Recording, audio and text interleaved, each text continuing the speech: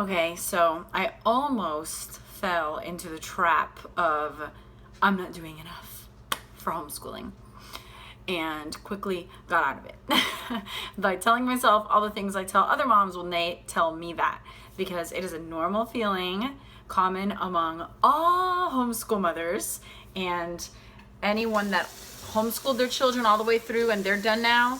I promise you, if you ask them, they felt the same way. They struggled with the same fears. They had the same, oh no, moments.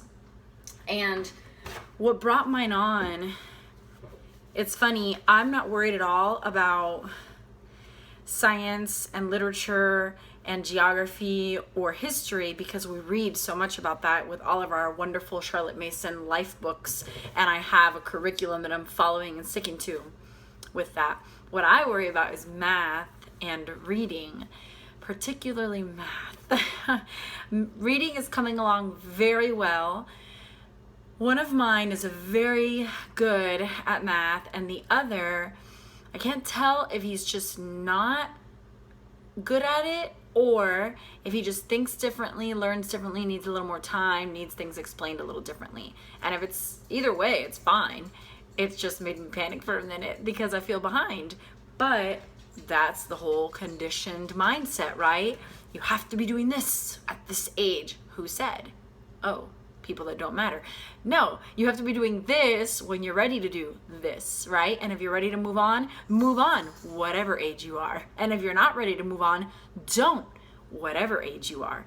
That's the homeschool mentality. That's what I believe, but you can't help but be pulled out of that a little with all of our conditioning our whole life and our surroundings. It's not like I live in a community where everybody homeschools and everybody thinks that way. Of course not. So I have to fight that, myself too.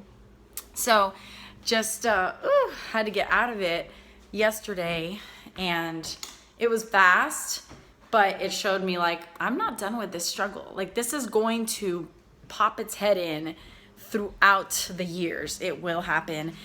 And I just have to remind myself over and over and over and over again, why am I doing this? Why? I'm doing this because I want to be the one in charge of shaping and molding my children's mentality. I want to be the one in charge of when and what they're exposed to things.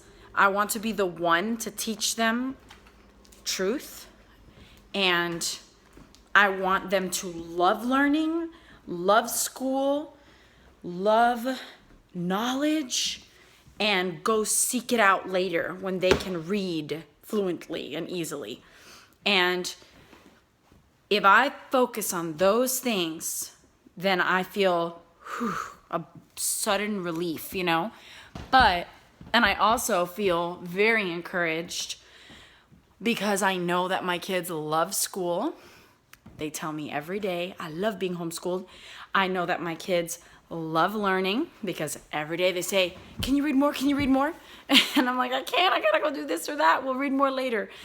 I know that they love learning because they have all sorts of things that they want to look up at the library and look up on the computer and learn about on nature shows. So my goals are being met, and that's what I need to focus on.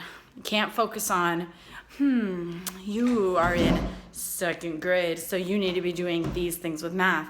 Well, what if he's not ready, Something that was really cute that I watched the other day. I'm kind of on a Vodi Bakum kick. I love Vodi Bakum. Haven't listened to him in a while, and I've been listening to his family sermons these last few days. And one of the things he said that was cute, because it happens all the time, he said, nothing blesses my heart more, or there are a few things that bless me more than asking a homeschool kid, what grade are you in? And they just look at their mom and dad like, oh, because they don't know. And it's just funny because they don't know, because we don't talk about what grade you're in. You just do the work that's assigned to you and have fun learning. So it's funny.